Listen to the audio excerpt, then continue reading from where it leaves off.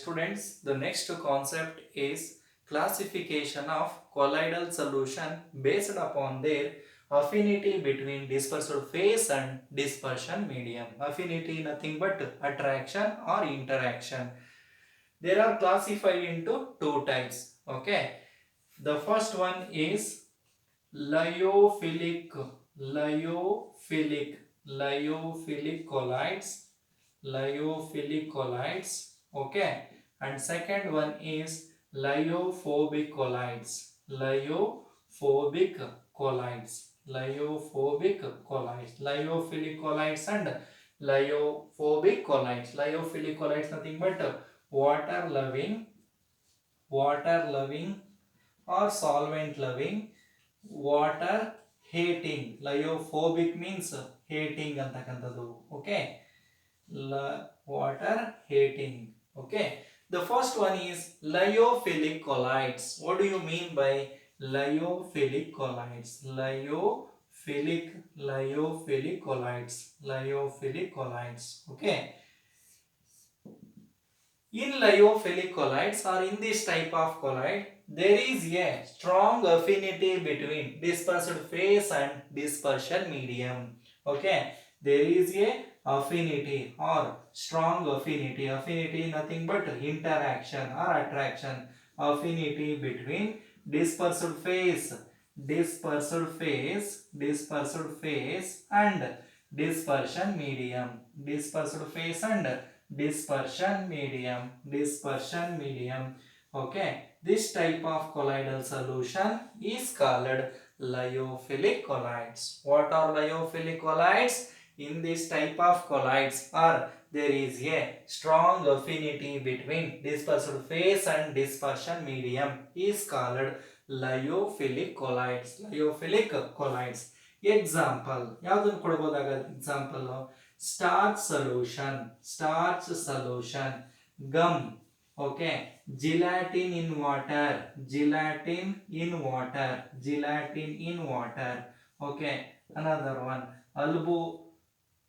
albumin in water. These are the examples for lyophilic colloids. Okay, what are the important examples for lyophilic colloids? Starch solution, gum, gelatin in water, albumin in water are the examples for lyophilic colloids. Okay, and the next one is lyophobic colloids.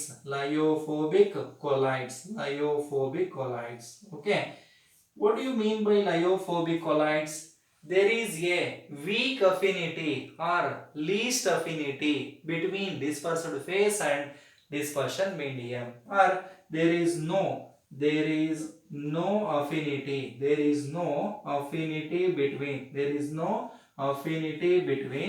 dispersed phase and dispersion medium.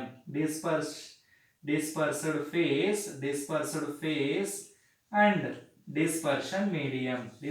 phase and dispersion medium. Hence it is called lyophobic colloids. What do you mean by lyophobic colloids? In this type of colloids, there is no affinity between dispersed phase and dispersion medium. Okay, give an example for lyophobic colloids. Example ಕೊಡೋದಾದ್ರೆ ferric hydroxide sol is an example for lyophobic, and gold sol, sulfur sol, and AS2S3 sol, arsenious sulfide sol are the examples for lyophobic colloids. Okay, what are lyophilic colloids and what are lyophobic colloids ಅಂತಕ್ಕಂಥದ್ದು definition with example ಅಂತಕ್ಕಂಥದ್ದು. Okay, next very important concept ಮಕ್ಕಳೇ, differences between lyophilic colloids and lyophobic colloids. ಅರ್ಥ ಆಗ್ತಿದೆಯಾ ಹಾಗಾದ್ರೆ? ಲಯೋಫಿಲಿಕ್ colloids ಮತ್ತೆ ಲಯೋಫೋಬಿಕ್ colloids ಇರತಕ್ಕಂತ differences ನ ಓದಬೇಕಾಗುತ್ತೆ. Very important concept in your examination. Lyophilic and lyophobic colloids. Okay, ಹಾಗಾದ್ರೆ ಯಾವ ರೀತಿ ಡಿಫರೆನ್ಸ್ ಬರೀತೀರಾ? How to distinguish between lyophilic colloids and lyophobic colloids ಅಂತ ಎಕ್ಸಾಮಿಗೆ ಕೇಳ್ತಾರೆ. 2 marks question ಮಕ್ಕಳೇ. Okay, in lyophilic colloids side there is a affinity between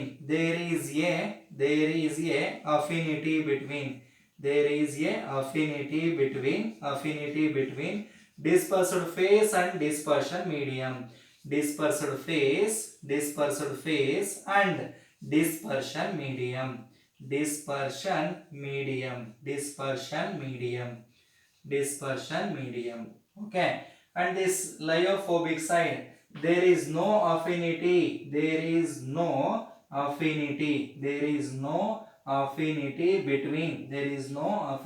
between dispersed phase and dispersion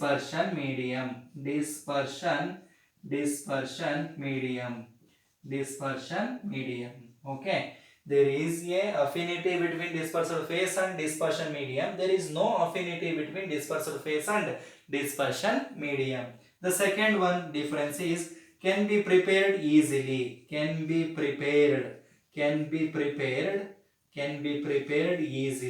okay, ಈಸಿಯಾಗಿ prepare ಮಾಡಬಹುದಂತೆ ಮಕ್ಕಳೇ. ಓಕೆ, ಯಾವ ರೀತಿ ನೋಡಿ, ಸ್ಟಾರ್ ಸೊಲ್ಯೂಷನ್ ಅಂತ ಹೇಳಿದೀವಲ್ವಾ.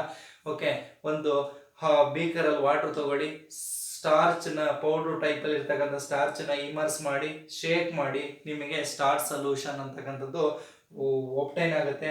The star solution is an example for lyophilic colloids. But lyophobic colloid ಅನ್ನ ಅಷ್ಟು ಈಸಿಯಾಗಿ prepare ಮಾಡ್ಲಿಕ್ಕೆ ಆಗೋದಿಲ್ಲ. ಓಕೆ, ಹಾಗಾದ್ರೆ ಇಲ್ಲಿ ನಾವೇನ್ ಬರೀಬಹುದು, can be prepared easily, cannot be prepared easily, cannot be prepared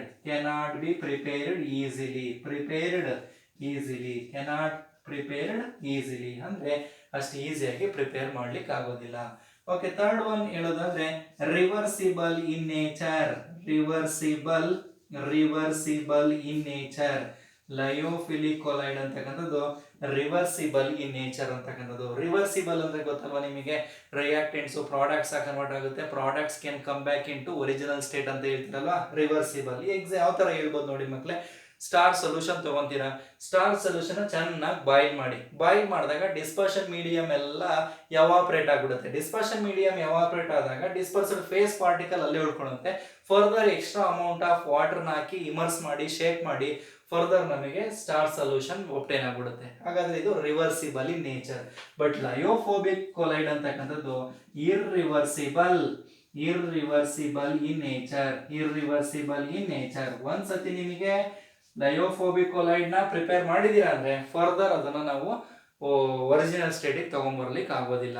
ಅರ್ಥ ಆಗ್ತಿದ್ಯಾ? ಹಾಗಾದ್ರೆ ಲಯೋಫಿಲಿಕ್ colloids is reversible in nature, lyophobic colloids are irreversible in nature. Fourth one to more stable. Lyophilic colloid more stable. Okay. Fourth one less stable. Least stable or less stable. Okay, more stable, less stable ಅಂತಕ್ಕಂಥದ್ದು ಅರ್ಥ ಆಗ್ತಿದೆಯಾ? ಹಾಗಾದ್ರೆ there is a affinity between dispersed phase and dispersion medium. There is no affinity between dispersed phase and dispersion medium. Can be prepared easily, cannot prepared easily. Reversible in nature, irreversible in nature. More stable, less stable or least stable ಅಂತಕ್ಕಂಥದ್ದು. These are the important differences between lyophilic and lyophobic ಅಂತಕ್ಕಂಥದ್ದು.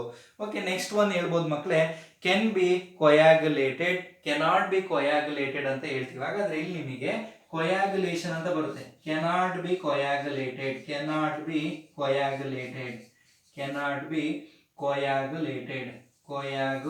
ಅಂತ ಬರುತ್ತೆ. coagulation ಅಂತಕ್ಕಂಥದ್ದು ನೀವು later on concept ಅಲ್ಲಿ discussion ಮಾಡ್ತೀರಾ ಮಕ್ಕಳೇ. Cannot be coagulated. Okay, ಇಲ್ಲಿ can be coagulated nothing but precipitated ಆಗ್ಬಿಡುತ್ತೆ.